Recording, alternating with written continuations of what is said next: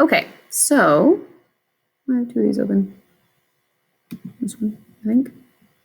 We're going to continue on. We have a little bit more to talk about with how they look at injuries in an autopsy.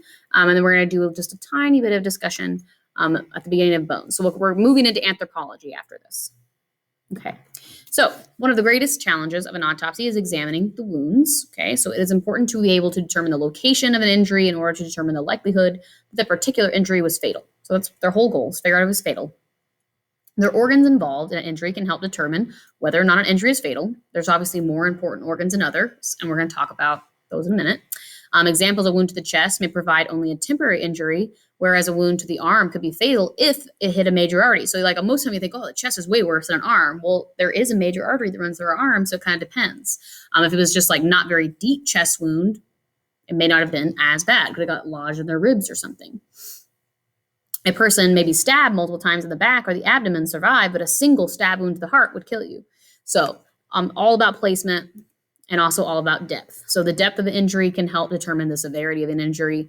Examples: some injuries are only to the skin, such as bruising or lacerations, whereas a bruise to the skin can also involve broken bones. So, a bruise on the temple could crack your cranium, thus leading to bleeding in the brain and death. So, just because it's just a bruise doesn't mean it can't cause death.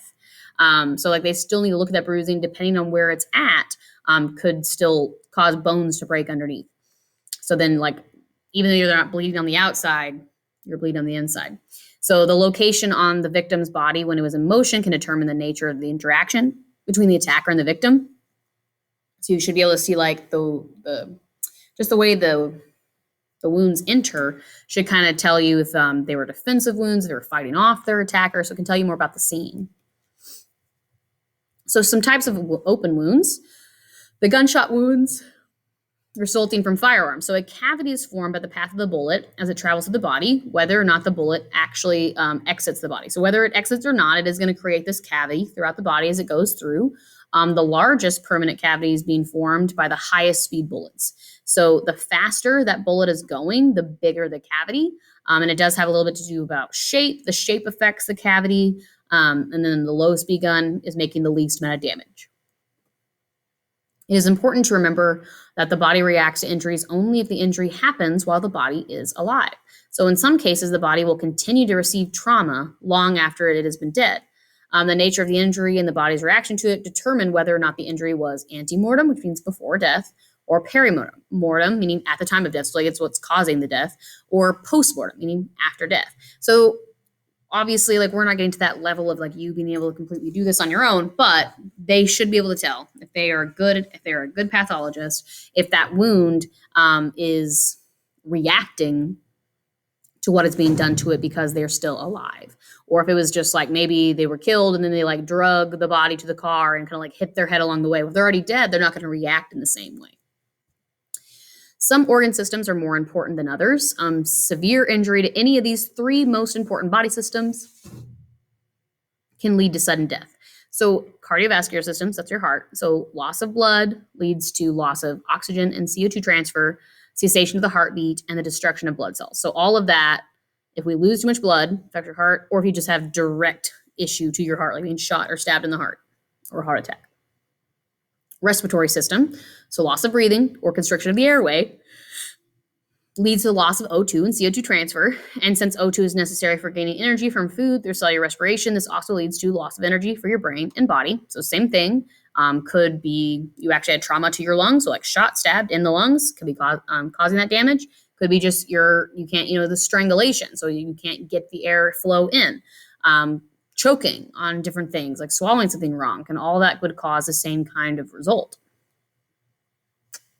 Nervous system. So the brain controls both the cardiovascular and the respiratory systems. So brain injuries can result in the same issues as above. So if I have damage to my brain, well, then my brain can't tell my heart to beat or my lungs to breathe.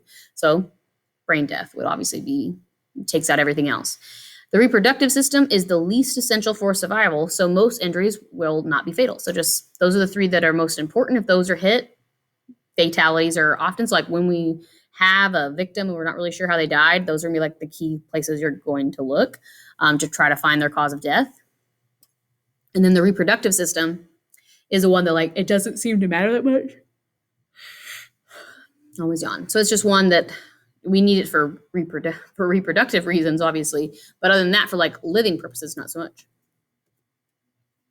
All right, so we're just going to do like the first 2 or 3 slides of anthropology.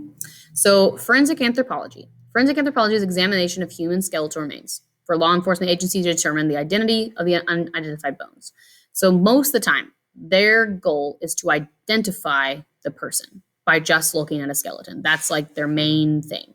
Now, they might also be trying to tell if you can see how they died from it, but a lot of times they won't be able to tell. There's a couple things that transfer to a skeleton that you would be able to tell how they died, but there's also a lot of things that would not. Telling time of death, obviously, it's a skeleton. You can know it's been a little while, but to get an exact time of death is a little harder if all you have is a skeleton, because like how long has it been a skeleton? Kind of hard to tell. So they go to the crime scene to assist in the collection of human remains. They clean up the bones that they may be looked at. They analyze skeleton remains to establish the profile of the individual. They look at trauma evident on the bones to establish the pathway of a bullet or the number of stab wounds. So that kind of thing, those kind of bigger events to the body can show up on the skeleton. Works with a forensic odontologist, that's teeth, to match dental records. That's one of the most common ways to try to match someone. And then testifies in a court about the identity of the individual or the injuries that might be evident on the skeleton. So that's what they do. Now for the bones, so just 2 more slides. The term osteobiography literally translates to the story of a life told by bones. Bones contain a record of your physical life. We store so much information about ourselves in our bones. An adult has 206 bones after all the bones have become fully developed, but a baby has around 300. So if you didn't know, babies have a lot of bones that are not fully fused yet. That's why they are squishier. That's why they have their little soft spot. It's why they're so much more flexible and things. They're not as, we call it fused. So a lot of their bones aren't fused because a lot of them aren't done growing. They're going to continue to grow and then they'll start to fuse as they get bigger. So children build bone at a faster rate than is broken down. That's why they grow. They're building bone faster than it's breaking down. As a result, bones increase in size. At about 30 years of age, the process begins to reverse. This is the first year I've read that and realized that it was my age. I'm 30. So I am no longer creating bones faster. No more growing for me. I'm going to ungrow. I'm going to start shrinking. So the number of bones and their condition can tell an investigator about a person's age, level of physical activity, and overall state of nutrition, and whether they had enough calcium in their food. So a lot of that you can tell by, we're going to talk about all that in real detail, like all how you can see these things in the bone. Mitochondrial DNA is better preserved than nuclear DNA of the bones. Remember, mitochondrial DNA, we talked about before when we talked about DNA, is the second type of DNA. It's found in the mitochondria, the powerhouse of the cell, but it's only from the mother. So it's only the mother's DNA that's stored in that, and it happens to be better preserved in the bone. So even though usually I can't get the nuclear DNA out of the bones after it's been that long and decomposing, so then you can't get their full DNA profile. But I usually can get their mitochondrial DNA, which would at least give me their mother's side that I can compare. So if I know who their mother is, if another grandmother is, I can compare those. And if I get enough matches, I could be pretty sure that that's the person that I'm trying to identify. So profile and then compare with living relatives on the mother's side of the family to determine the identity of the skeletal remains. So that's another way we could try to find identity, is by looking at that mitochondrial DNA found in the bone. And that's where we're going to stop. Okay.